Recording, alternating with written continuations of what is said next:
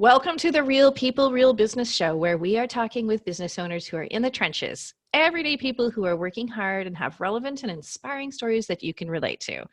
Everyone we speak to is actively building and growing their business and is here to share their experiences, lessons, wisdom, and guidance so you can be inspired to take action towards our own goals. Today, I'm excited to welcome Marisa Raymond, who's a mindfulness coach and yoga teacher for stressed out families. Oh my goodness, I bet you are busy.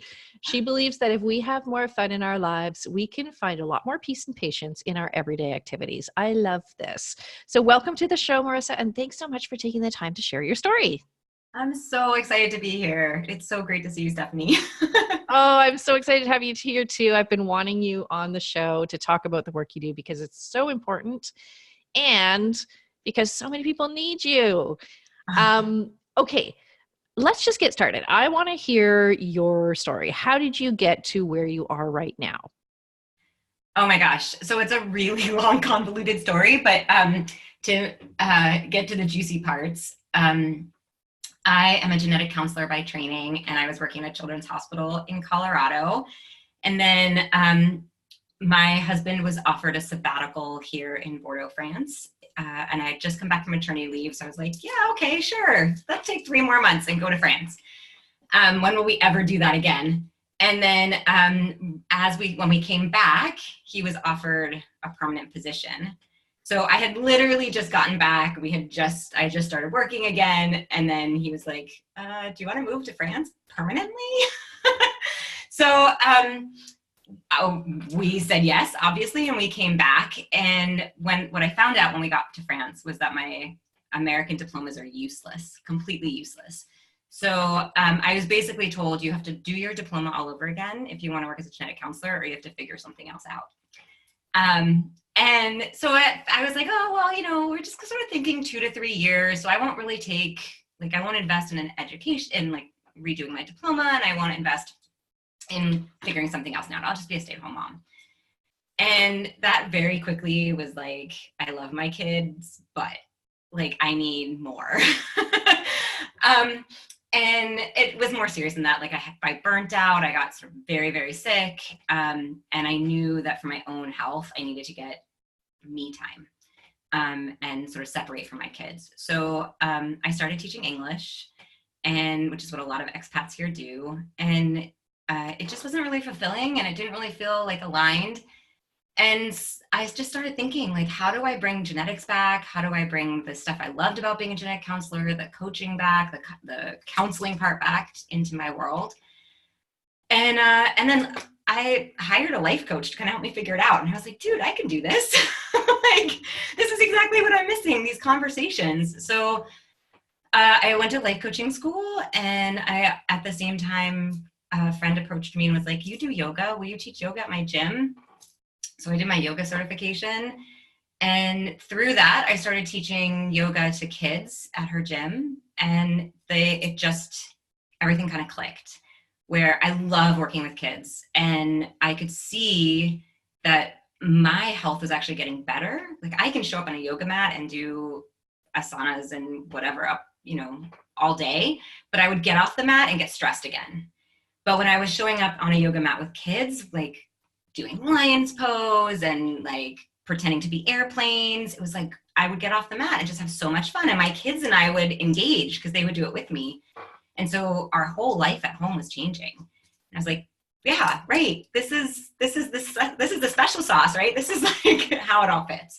So here we are. That's it.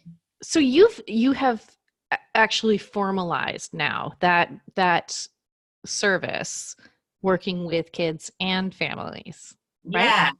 Yeah. So a big part of what I realized fairly early on was that I was hearing a lot of parents who are coming to my yoga classes saying oh, my kid so needs to relax because they're so crazy at home.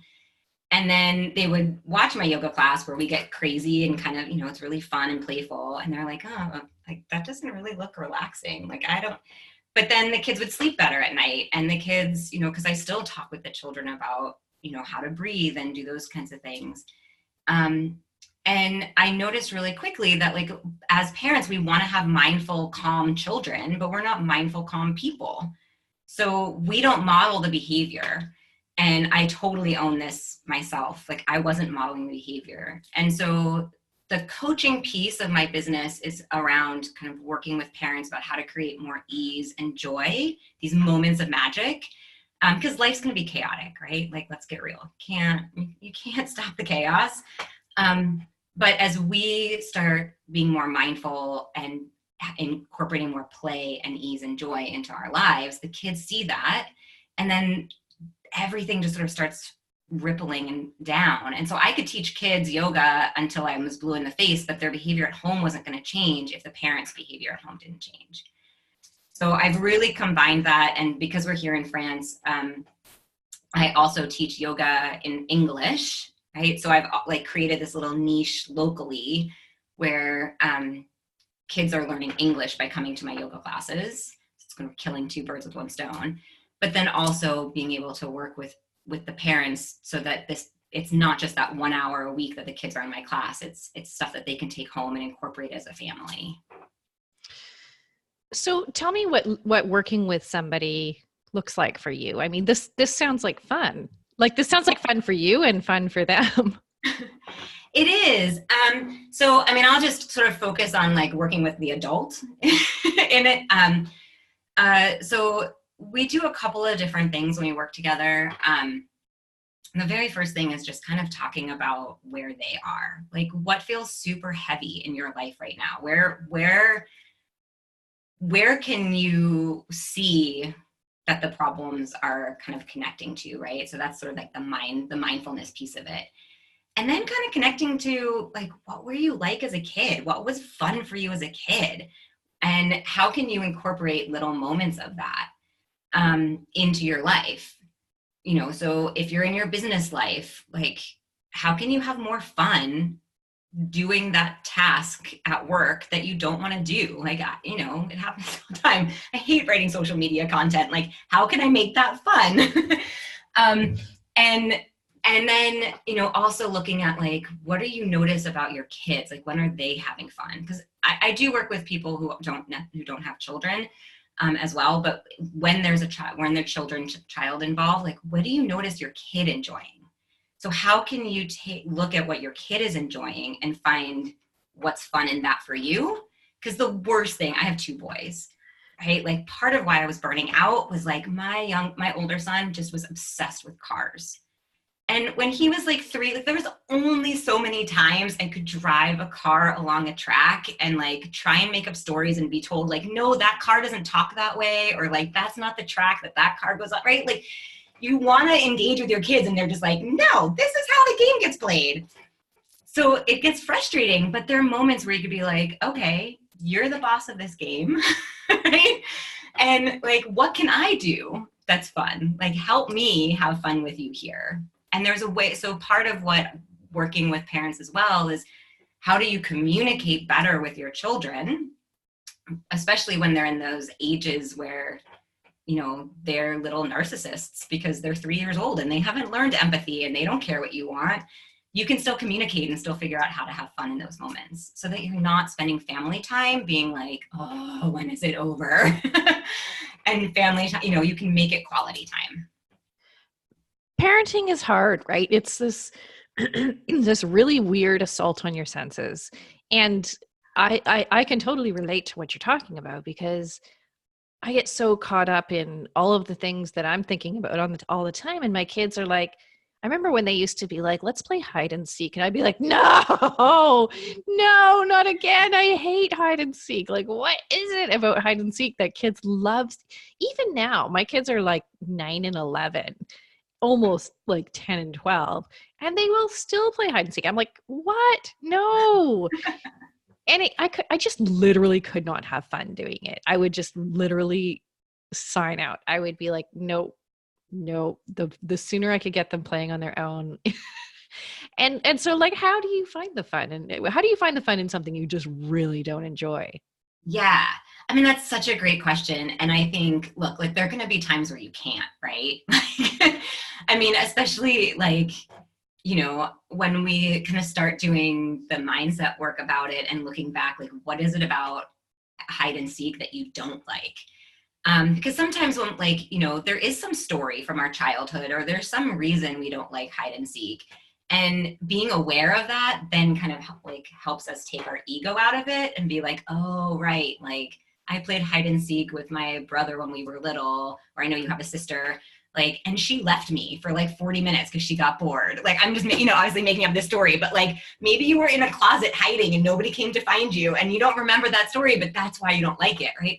So kind of like dissecting, like, what's the story I'm telling myself here that I don't like. For me, with my son's cars, it really was that, like, he was telling me what to do. Like, he was like, no, like, every time I was like trying to be creative and come up with ideas, he was like, nope, that's not how this game is played. And I don't like being told what to do.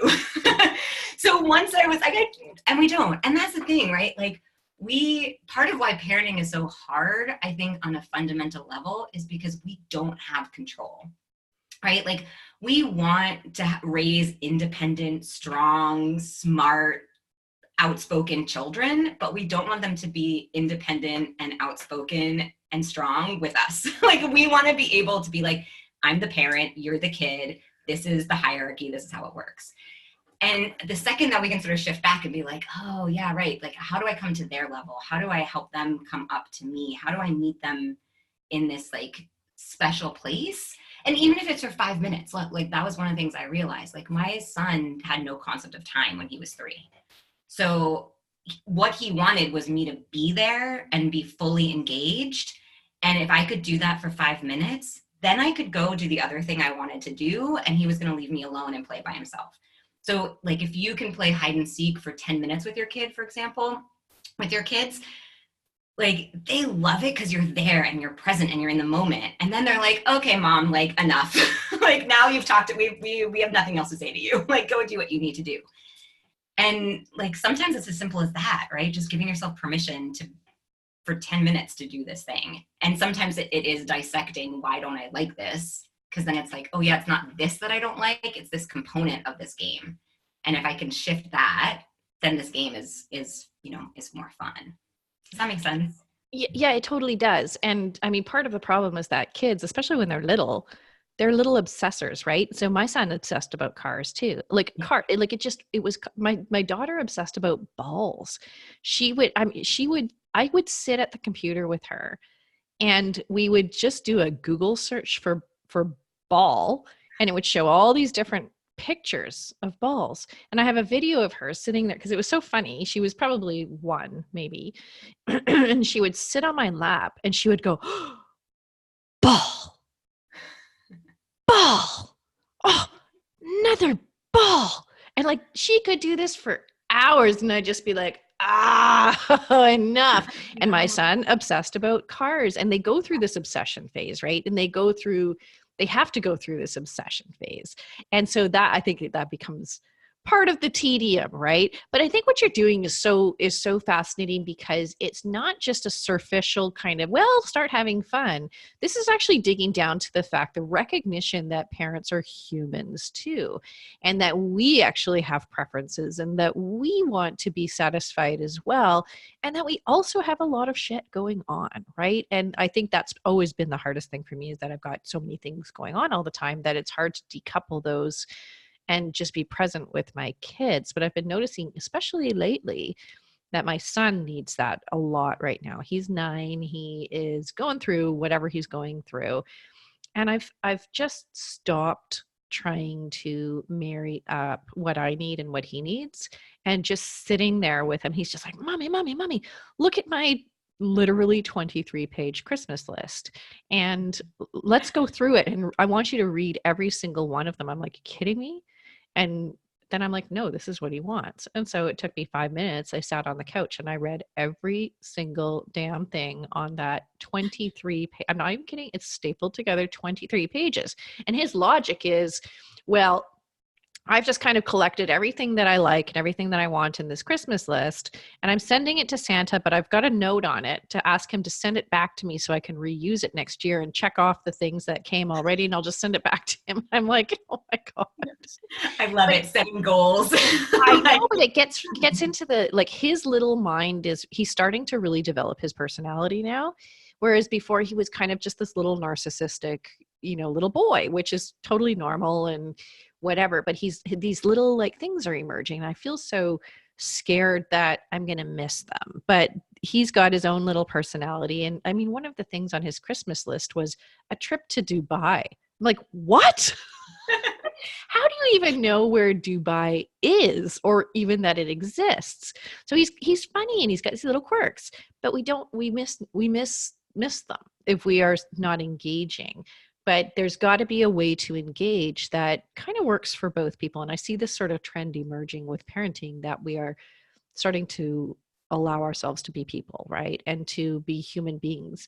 And I like, my kids get that too, which is great. And I was apologizing to them for being kind of a jerk. And they said, you know what, Mommy, you're tired, you're hungry. And they said, don't worry about it. We like you just as you are. And I'm like, who are you? But I mean, this whole piece of work that you've got going on is actually so much deeper than just trying to find fun, right? This is trying to find this marriage of who we are and who our kids are and where that intersects, right? yeah. And what I love about what you're sharing, like, and that's exactly it. Like the story that you're sharing about your son and taking the time to read through his list. I love that 23-page list. Is like what you said about like finding his quirks, right? Like these are things that we don't know about our kids. Like, where did he learn about Dubai? Like, so maybe like you're, like at first it's like, oh, and then when you're sitting there and you're like, how did you learn about Dubai? What's that about? Like you can start having these conversations and like you're saying, see their personalities emerge. And when you were sharing the story about like, the ball and the tedium of it, like watching these videos, like now looking back on it, you're laughing and I can like see in your face, like those are memories that we actually like connect to, right? And like it happens so fast. Like it's like when you're in it, it feels like it's taking for freaking ever, right? But like when we're sitting back and looking at it, like, and my kids are 8 and almost 12, so it's like the same age, and it's like, wow, like where did the time go? And their personalities are totally different now, and they, in some ways they're the same, but in other ways, like, they're interested in different things, and like, and they're going to be different 6 months from now. I mean, we live so far away, and when we go visit grandparents, that, they say that all the time, like, oh, like last time we saw them, they were interested in this, and now they're interested in that. Like, where did this, how did that happen? And that you see it every day because you're watching it. So we're not necessarily as mindful about how quickly they're changing until we look back and it's like, 8 years later, like, oh, right. Like I used to sit and watch these videos, and like now, like I don't have that much time. And I think I'm in this stage when my son just started middle school where I'm seeing like how quick it's happening. And like 6 years from now, he's going to be, an adult, he's going to be 18. I want him to know that I've been there. I want to create this relationship with him now and get to know him and get to meet him on his level. And I think at the same time, what you're saying about, doing the work on ourselves, like we are people, which means like we come with our own baggage. We come with our own emotional wounds. So part of like being the best parent that we could be, or even the best person we can be, is looking at what are those wounds, looking at what are what's the baggage we're showing up with in the world. Like, is that baggage we still want to be carrying? How is that baggage affecting our relationships? And doesn't necessarily have to be with, our children, but like just even our relationships with like the supermarket cashier person sometimes, right? Like, do I really want to yell at this person because she's taking too long? Like, or is that about me being like, I don't have enough time and money, right? Like, or I don't have enough time for this, like count my money and let me go. So like it totally ripples when you start like looking at your own patterns and sort of healing those wounds in yourself. And like you said, then you're modeling that for your kids. And so you're also, we're always going to create wounds in our kids, whatever. They're going to grow up to have their own wounds, but at least they won't have the wounds that we have if we're conscious about them. And I think it just really, at the end of the day, like, we have one life and we're each individuals. So like no one person, no one expert can tell you what to do to be a better parent or to tell you how to talk to your child. Like it's so individual. And being a coach and being able, like, that's something I learned from my genetic counseling background. Like every single client, regardless of if they had the same genetic mutation, they had all this other family stuff going on that affected how this disease, this diagnosis was fitting into their life or not. And so I had to walk into every client setting being like, you're an individual and you have this one gene that's affected, but you have 29,000 other genes that aren't. So let's figure out like what you need, and individualizing that kind of work allows people to also really dive in deep and know that they're being seen and heard, and it's not about trying to fit them into a box. Because I think fundamentally that's what we're all rebelling about too, right? Like none of us want to be in a box like anymore. Like, let me out. Well, we know that didn't work for previous generations, right? And I think that's a rally cry now for this generation that's going through parenting and kind of growing up and hopefully passing those things along to our kids, and maybe they'll make them better too. But I think what's really interesting is that the parallels, I mean, you were a genetic counselor, but there's actually a lot of parallels from the work you did as a genetic counselor into the work that you're doing now with people. And I think you were dealing with people before too, but just with parents, right? And I think what's curious is that you talk about your work helping people have more fun, but actually what you're doing is you're helping them build connection with their children.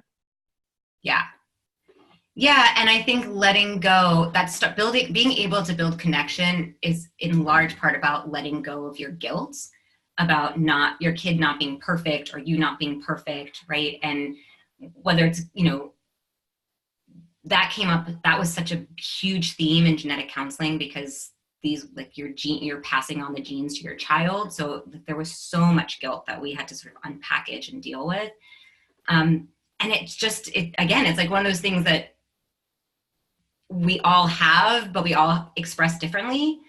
And yeah, absolutely. Like to create these connections truly and deeply, you have to be able to be connected with yourself and to do the work and to see like, where are you putting up walls because of things that happen, because of baggage that you're carrying, because of beliefs that you have, that, a lot of which were sort of implanted in you from your parents, right? Or from society, and just really, like you said, decoupling, like, what do I truly believe and who do I truly want to believe? Who do I truly want to be? And how do I truly want to connect with what do I think I should do? And that's where the connection starts. And I think yoga taught me that a lot too. Like you have the connection between you and yourself comes before you really can put it out fully and authentically and honestly into the world. Now, you and I met because we work on a coaching team together for Jenny Shee's program. And in that program, you are working with business owners. I mean, this is a far, arguably, a far less emotionally charged subject area. And so how do you see the parallels with the work that you do in the program that we coach in, as opposed to the work that you do with families and with parents and with kids? Wow, I love that question. And if you'd asked me before we started talking, I probably wouldn't have had an answer. But this conversation, as soon as you said that, I instantly was like, well, because business owners think of their business as a baby, right? We have that, we want to be present. We have guilt about how much time we're spending with our business. We have guilt about how much time we're spending in our business and not with our family. And it's that same sort of thing of guilt about spending too much time with one child and not the other. There's so many parallels when we create our own business around about parenting. And whether or not you're a parent, you still have that love and connection with your business. So yeah, I hadn't really made that connection before, but I think that's really what it is. Because you're a success coach in the program that we coach in, and you help people with all of this mindset stuff that they're going through, and sort of the softer side of business, right? So what are we doing in our businesses that are keeping us in the same role that we are as parents, that feels a little bit stuck? I mean, what do we do on the mindset level? Yeah, I mean, it's so funny. We had this thing last year, right, where, and I think, I can't remember if it was Jenny or where the quote came from, but strategy eats or mindset eats strategy for breakfast, right? Like, where digging into the mindset helps you see where you're getting stuck in your strategy. And so I think, some of the parallels are really about control. Like, I'm putting out the social media, I'm showing up, I'm being observed, I'm ticking all the boxes that Jenny is telling me to tick, but nothing's happening, right? And it's like, okay, well, let's sit down and talk about this. Like, you want this control that's sort of false. You have no control over whether people show up. You only have control over what comes out, and which is very similar to like your children, right? You can put things out there and ask your children in a certain way, and you have no control over how they're going to respond. But you can shift how you talk to your children. You can shift how you're showing up. You can shift your thoughts and beliefs about being of service, about client getting activities in a way that makes it feel like you're showing up more authentically and more present. And so that you can start feeling connected to it, so that you're truly being you and not living in that sort of scarcity mindset of like, I'm putting it all out there and I'm trying to be in control and I feel so out of control because nothing's happening. So I think that's probably the biggest one, is that we so want to control our business and control the, what our business looks like. And I think we also struggle with boundaries. And some of us do more than others, but to a certain extent, when you're a solo entrepreneur and you're running your own business, like, you could work on your business 24/7, right? Like, you're sitting at home, the computer's there, like, where you start a business because you want to serve clients. So where do you create that boundary for yourself between this is who I am, this is my work life, and this is my business, right? Which is very similar to like, who am I as a person, the boundary of me, and the boundary of me in the role as a parent. So it's the boundary of, you, and then you and your role as a business owner. So there are like I love this analogy because it really, I feel like you've just sparked this like, oh, right, that's why it works. But there, the other piece that sort of strikes me is that when we dug into your business, what we recognized is that ultimately what you're trying to do is allow people to make better connections with their children. Well, isn't that what we're trying to do in business as well? Isn't that what propels our business forward, is when we can make better connections with our potential clients, right? And connection and engagement and relationship building is the foundation of selling your business. It is the foundation of selling what you sell. And the more connection we can create, the more trusted we become with our audience. So can we have fun in our business and allow that to help us create connections as business owners?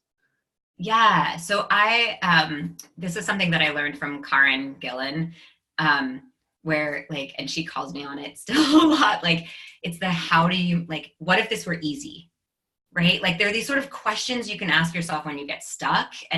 And so I've sort of flipped that into like, what if this were fun, right? Or easy, or what if this was more playful? Like, how can you show up in this thing where you feel stuck, so that with a different mindset, right? With that sort of that energy around like, this is something I get to do instead of this is something I have to do. And I think when we start looking at things we're doing that feel heavy in our business or that we don't like to do, with that mindset of how can I make this more fun? If the answer is I can't, then maybe this is not the right thing for you to be doing, right? So if you're going, writing newsletters and it's like you can't think of content and you're really struggling and so you're not putting them out there, like maybe a weekly newsletter isn't the best activity for you to be spending your time on, especially if you're trying to set boundaries around, if you're not in your business full time, or if you are in your business full time. But this came up the other day with a client in the mastermind about around being of service, right? Like spending all this time in social media, on Facebook, like being of service. And it's like, okay, well, and it was starting to feel heavy because people weren't coming back and like hiring her. And it was like, okay, well, how could you make that part fun? Like, what's missing from like, I'm being of service to them hiring me, right? And she was like, oh, right. I'm not telling them that they can hire me. I'm just being of service. So I was like, okay, well, what comes up when you say that? Oh, like, that's really uncomfortable. Like, this is a Facebook group. Like, I don't want to be salesy and blah, blah, blah. And it was like, okay, how can that be more fun? Like, how can that be more enjoyable? And instantly, when she was able to kind of create that, take that next step, she booked several several coffee chats, discovery calls, like things started happening, because instead of it being the thing that was blocking her, was she was connecting just fine with these people, but she wasn't telling them what she did. And she didn't realize she wasn't telling them what she did, because she's like, well, I'm connecting with you. Like, shouldn't you just know through osmosis? So I think, yeah, I don't know if that answers your question, but I think that's really it, right? It's where like we just kind of, these little hacks or what, these showing up, like, how do I make this more fun? Or how do I ground myself in a way where, because sometimes you have to do, like I said, with parenting, like there's always going to be chaos. There's always going to be things you don't want to do. Like, you have to wipe poopy butts. Like, that just happens, right? Like, you have to deal with vomit on your clothes. Like, that happens when you have a baby. It's terrible, but it happens. So like, not, I'm not saying like, oh, how can you make that fun? Like, yeah, you got vomited on, but like, kind of like, there are ways that when those things come up where you can say like, is this the right thing? In my business, is this the right thing? I feel like I'm getting vomited on when I go on Instagram. Okay, well, maybe Instagram is not the place that you should be.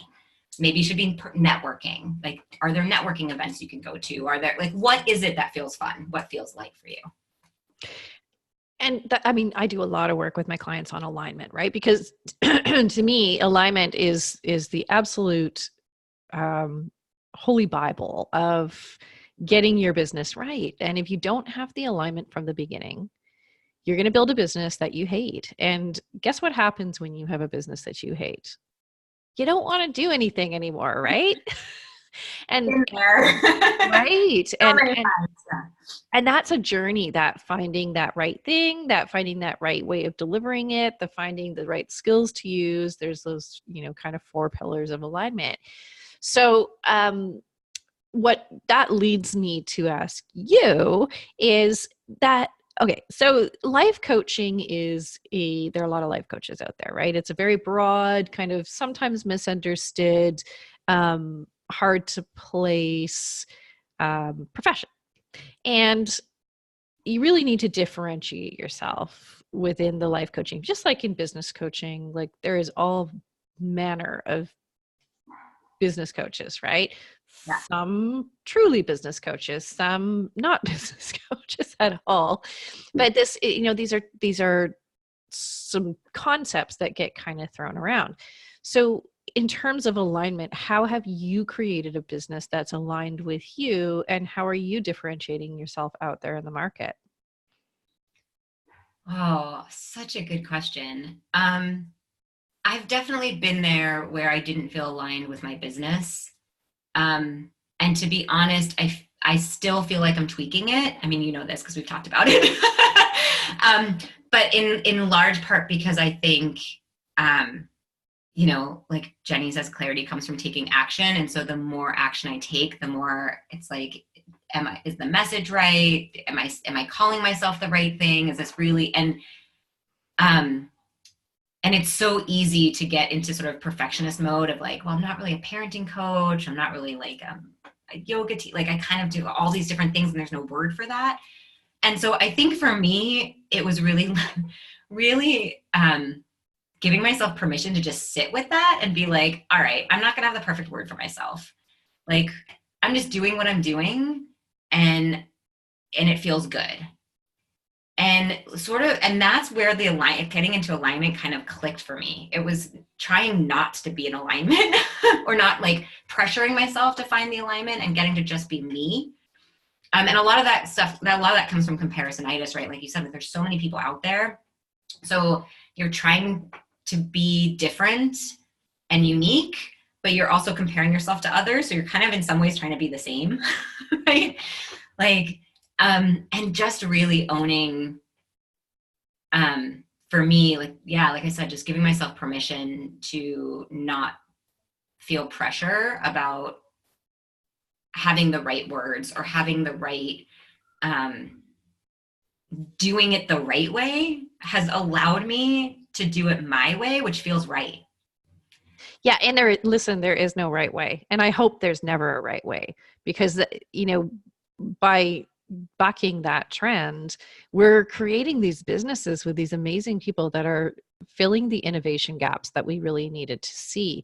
And in my experience, what you call yourself is just a way, it's just a sort of a flag in the ground to help people find you, and then they get to learn more about you and figure out if you are that thing for them. So I've always hated the term business coach. I think it's misleading. I think that it's far too widely defined for people to really understand what it is. But because people are looking for that, who want to find me, that's the word that they use. So, Right. okay, I'm going to put up my flag and say I'm a business coach, but here's how I'm different, right? So it's the words that I use, it's the branding, it's the messaging that I portray that's actually more important and helps my people decide whether I am the right one for them or not. So I don't know that any of these terms, like, yes, you're a life coach, but that just helps people situate you. And I find when people try to get a little bit fancy with their, with those statements, they confuse their ideal clients and they don't know what they're for to begin Yeah, with. I Right? think they confuse themselves, right? And like your question about like how do I differentiate myself, and again, like you and I've sort of talked about this a lot, and I've seen you shift between when we first met. Like we were at Make It Work Online as clients together, and then became coaches together. Is that like it's also about owning all of those different pieces of you, right? So like when I started, a big part of of my identity was still around being a genetic counselor. And it's still really hard some day. Like we were just back in the States at a family event, and like I have so many cousins that are like doctors and lawyers and like are doing like the right thing in terms of like they're on the right path in terms of how we were raised. And it was really hard. Like I was on the plane, like started having this panic attack of like, oh my God, they're going to ask me what I do because I haven't seen them all in so long. And like, I'm going to have to be like, oh, I'm a life coach, and they're going to laugh at me. Like I'm a yoga teacher, right? Like all those stories kind of came in. I'm like, it's just easier to say I'm a genetic counselor. Like they don't really need to know. And like, and I still do just some genetic counseling. Like I still have a freelance business. So it was like, but yeah, like that was an old story. And I showed up, and of course, like I was like, oh, I'm a yoga teacher. And they were like, in France? Like, that's awesome. I wish I could be, right? Like we have these stories, and being able to take the experiences that we have, being able to take all the pieces of our personality. There's so many life coaches out there, and there's so many business coaches out there, and there's so many holistic health coaches out there, and like whatever it is that you are, but there's only one you, and all of your experiences, your personal experiences and your professional experiences brought you to where you are today. So trying to fit into that box again of like, this is what a business coach is, this is what a life coach is, and without pulling those experiences into it is just not being authentic. And so I think that finding that alignment is really about being like, oh yeah, here are all the things that I am, here are all the things that I do and that I can do, and all the like the expertise that I have. I'm putting that in quotes because you don't have to be an expert in it, right? But it's like, here are all these experiences that make me who I am and make me show up in my business the way I am. And that's what's going to attract the right people to you. I think when we were working together too, like, it was like, Do you have time for 7 billion clients? No. So you don't want to be speaking to 7 billion people, right? I mean, that was so like powerful for me. Like, oh yeah, when I look at my business and I look at, the amount of space I have in my business for clients, I don't have space for, for even 10 clients a week. So trying to sit there with the mentality of I have to fill my roster with 10 clients is not authentic or in alignment with what I want. That's the should, right? So yeah, like being conscious of who are you, what do you want, what is everything that you have to offer, and putting that out there, that's what brings the right people to you. And the alignment of our goals with our business as well is just as important. Like I think we all adopt this assumption that we need to build these huge audiences and have all these people coming to us all the time. But just to your point, like the last module that I do with my clients in my program is all about getting clear on your capacity, and your capacity is totally tied to your goals as a person and as for your lifestyle and your constraints and all of that sort of thing. So I've got a client who is constantly stressing about, oh my God, I have to get a whole bunch more clients. I'm like, no, you don't. Look at your capacity right now. You need one more client and you'll be good for the rest of the year. And she's like, oh, that changes your perspective and your anxiety around going out. She's like, oh, I've got to go do all these marketing things. I'm like, no, you need to have a couple of conversations. That's it. Because you're going to find another client. And that's all you needed, because you can't handle more clients.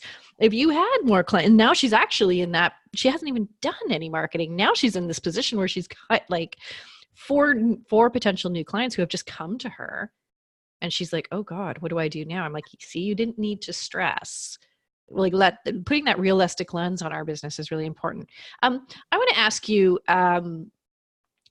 what's the one thing that you wish you had known before you got started? What would be really helpful for all of our listeners to sort of know and take away with them so that they can be a little bit further ahead as they go through their journeys? There's so many things I wish I had known. I think the one that stands out for me the most is exactly what we're talking about alignment. Like, taking the time before I got started to really sit with what do I know? What are my expertise? What are my personal experiences, my professional experiences, that I can bring into this business? And what do I want my business to look like?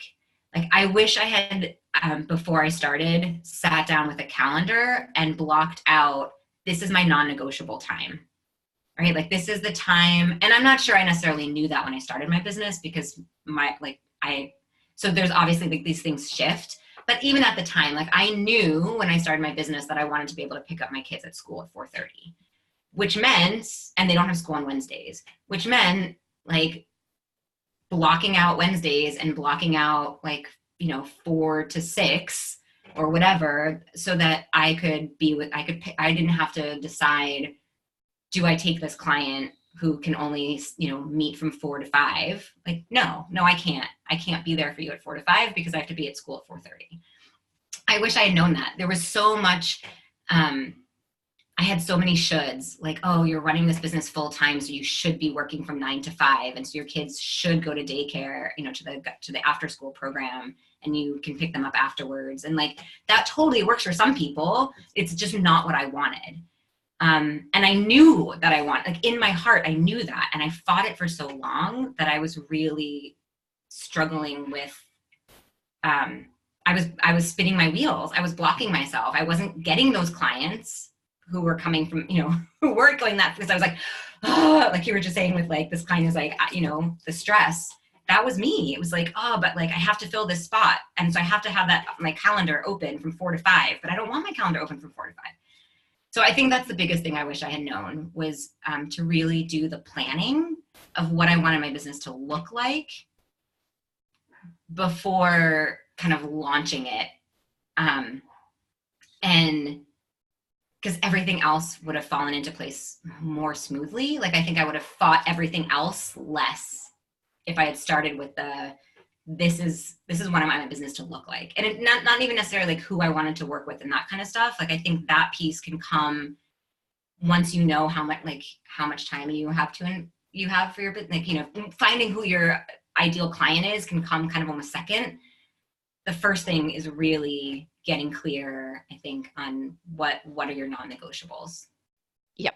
I mean, I could talk to you about this for another hour because this is like so fundamental to everything that I do too, in the way that I've built my programs. Because my big thing is that you can have everything that you want, and people don't believe that. But this module that we do is all about starting your scheduling with what you want your life to look like. Now, it's interesting because I go through these 4 pillars of passion, and some people, we get taught to build our business.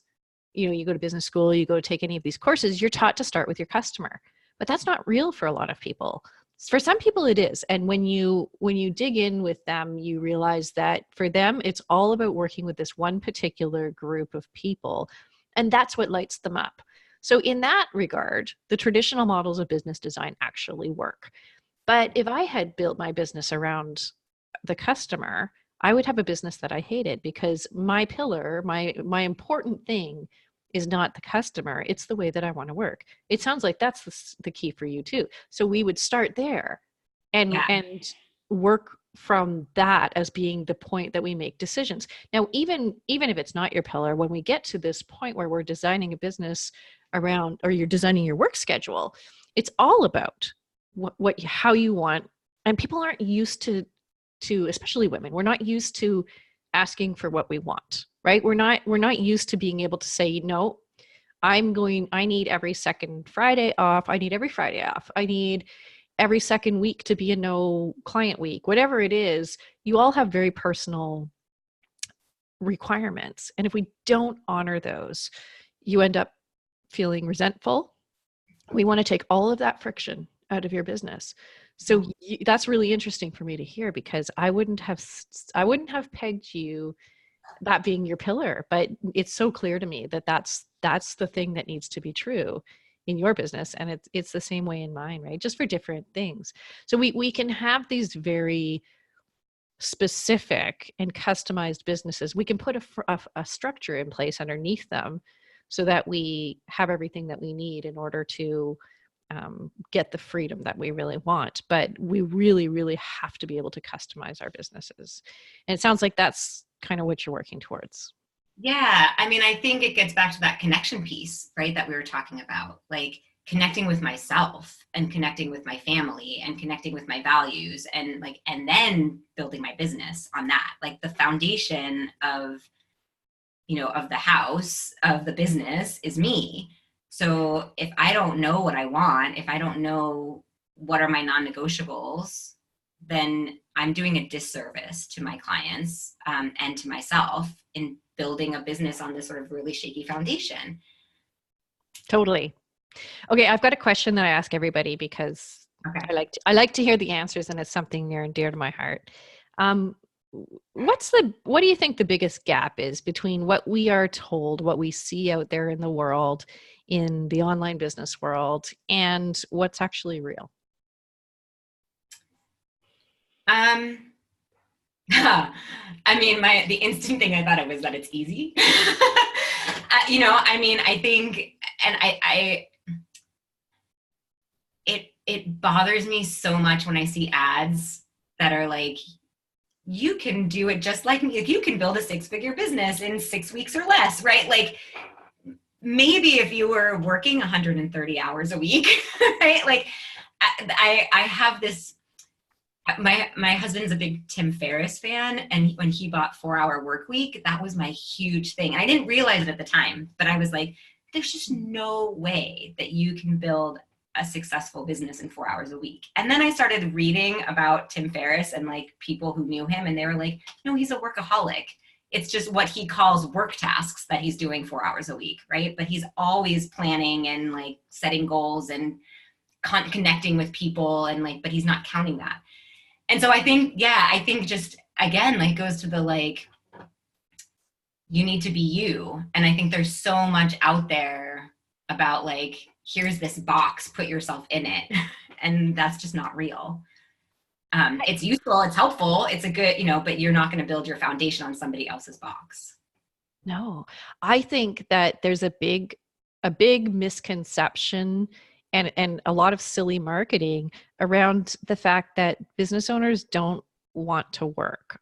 I don't think that's true at all. I don't think that's what people are seeking. I mean, I certainly have done work with my clients where what they were seeking was not more money, but a more balanced and like to make the same amount of money doing um, not going crazy and burning themselves out. So, but they're totally happy to do the work. They just don't want to have to feel like they have to do the work. They don't have no choice, right? They're after choice. They're after some flexibility. So they might be working 40-hour work weeks and they're perfectly happy to do that. They just don't want to be working 80-hour work weeks in order to make the same amount of money. So this misconception that people don't want to work is actually a bunch of BS, right? Yeah. And I think it gets back again to like that, like the control and the connection and knowing, you know, what your goals are, why you're leaving why you're starting your business. And I would say, for me, I didn't really have, like I said, like I didn't have a choice. I mean, I did, we could have chosen not to move to France, but once we moved to France, it was like, you have to come up with something to do. It can't be the thing that you had been doing. Part of what I was really struggling with, and I think I've heard this from a lot of the clients in Make It Work Online as well, when they're leaving kind of this more structured, corporate life or like that 9 to 5 job, is you have to do everything in your business when you're a solo entrepreneur. So you have to go outside of your comfort zone so much because you're the CEO of this business. You have to do the admin tasks. You have to do the social media stuff. Like you can, and if you're, lucky enough to hire those people early on, but you even have to know that that's part of what it takes so that you can hire those people, right? Like, and I think that's a big part of what you're saying too. Like we have this expectation and this idea that like it's going to be easy, that we don't like to work, but you're doing you have so many hats that you're wearing, that, like I said, I mean, you can get sucked into that. And I think for a long time when I started my business, that's what was slowing me down too, was this like, but I don't know how to do that. How do I do that? Who can I get to help? Like what expert like what opt-in freebie can I download? What course can I pay for? Who's going to tell me how to build this roadmap to create this perfect business? And, in some ways that's how I found Jenny and Make It Work Online. And there's awesome stuff that I've gotten from Jenny, right? And like, I can't even, like, words can't express how honored I am to have been part of her program and to continue to be part of her program as a coach. And I've learned from Jenny that some of the stuff an expert can't tell you, like who you want to work with, or what your work week wants to look like, or if you want to see clients every day or 3 days a week, or those are decisions that you have to make for yourself, and no roadmap is going to give you those decisions. So again, I think totally, like all of those pieces. Of course, it's not true that we don't want to work. I almost feel like we want to work too much. We don't want to work for somebody else telling us what to do. Yeah, well, I can tell you after many years in business as a business owner, you get to the point where you're like, no, I'm okay. I'm okay with taking my evenings off. I'm okay. Like, no one's dying. Right. No one's going to die if I don't get this course launch on the date that I chose to, because it was arbitrary anyway. Wait, we are coming up on time, but I wanted to just ask you, what's next for you? You've got so many, you've been pivoting and you've been following these new directions, but now what's next for you? So I am, and this is like new. I am launching monthly free workshops around how to create moments of magic. So creating more ease and joy. So we're having one next Monday, the 25th. And the topic could be communication. So how to create more joy and ease around communicating with others. And I have a brand new kind of offer that's going to spin off of that. The workshops are no pitch, it's really just a way to create more of a community and connection around people who are having the same thoughts, and just letting us all know we're not alone. And I have an offer called Moments of Magic that is new, and it's an 8-week coaching program that I'm going to be launching in January around how do you kind of all the things we've talked about. So there's going to be the piece of communication, the piece of finding the fun with your kids, the piece of finding the fun in yourself, healing those emotional wounds, all of that. And so it's going to be a one-on-one offering that I'm working on launching in January. So that's it. That's what's new with me. Those are super exciting. And what kind of support do you need from this community in order to get there? You know me so well. So much of it is just being held accountable. I do have so many things on my plate, and I have all these new ideas that come up all the time. So, and I have a limited amount of time, not because I've set these boundaries for myself. Good. Not a scarcity thing, but it's really like, these are the hours I want to do my work in, and I want to stay true to that. So, so staying accountable to actually doing what needs to be done, and being able to really talk it out, and just have somebody, you, the community, call me on my BS, but also you're setting your, these are too many things. You really can't do that all in the time, because I'm the master at underestimating how long something's going to take. So I think there should be a master's degree in this, because so many of us are there and are good at it. But I really need people to call me out and be like, double that, Marisa. It will take you 30 minutes to do it if you weren't in your own brain. So give yourself an hour, because you will be in your brain for the first 30 minutes of it. And that's okay. There's nothing wrong. You know yourself, and that's probably the most important thing. I'm the same way. I have little hacks like that too, because I just know myself. So, I struggle with staying focused on my workouts. And so my little hack is, this sounds ridiculous, but I have to wear my workout clothes in the morning, even though I'm not going till the evening, or I won't do it. Or I've started just going out for a walk in my jeans. Yeah, it's so funny. Katie talked about this. Katie Wood, she said that she just sent out a newsletter where she was she gets on her bike and rides around for 10 minutes and then comes back, and that's her transition. That's her commute, her morning commute. So that when she walks into her house, it's oh, I'm at work. Oh, I love that. That's awesome. And so these little hacks are so good to have. And part of that, again, is connecting to yourself and what you need. And then asking for the help. So I'm not the best at asking for help either, as you know. So this is my asking for help from the community to hold me accountable and be that looks like a whole lot of things. And also practicing what I preach, right? Call me out on it. Is that fun? Do you really want to be sending out, launching this way? Because one of the things, and I'll just share this with you quickly because I know we're at time, but one of the things is that I love to talk, obviously. And so what I noticed was with the very first, I called it a webinar, but it was more of a workshop. And that's what led to this Moments of Magic workshop series, is that the thought of actually having to do Facebook ads, the thought of having to put it out there, of creating the social media, all of the stuff felt so heavy that I wasn't doing it. And I was you know what? I don't need 20 people to show up. So I'm just going to reach out person to person and send emails and voice messages and just ask people. And I'm not going to put it on social media, or push it on social media, because that doesn't feel good for me. I'm not comfortable there. And I got my 20 people to sign up.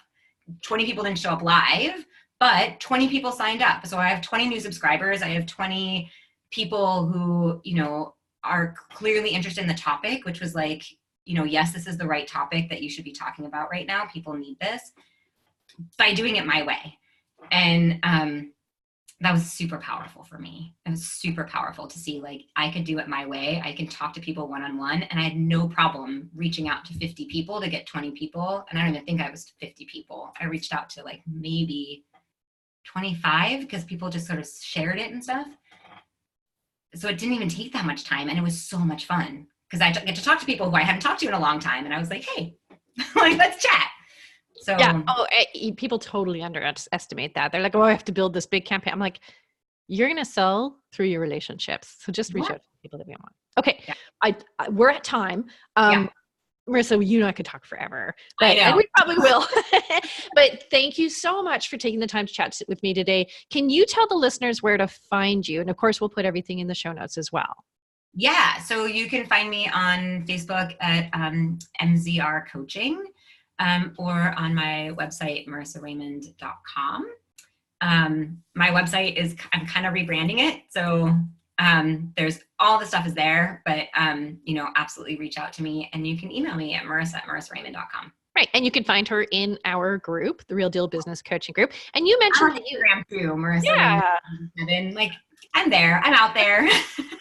So you mentioned that you had a free offer to share with our listeners. Can you tell us more about that? And of course, we'll post a link to it in the show notes. Yeah. So I just want to do for your listeners these like 15-minute discovery, like laser focused, like, let's find your fun. So 15 minutes, get on the call with me, and you will walk away with like a personalized, here are ways to get into finding the fun in your life to help you get started. Awesome. What an amazing gift. Yeah. Okay. So we're going to wrap up, but this has been such an amazing conversation. And Marisa, you are always so fun to talk to. Make sure you go and check out Marisa and her incredible offer. We'll put everything in the show notes.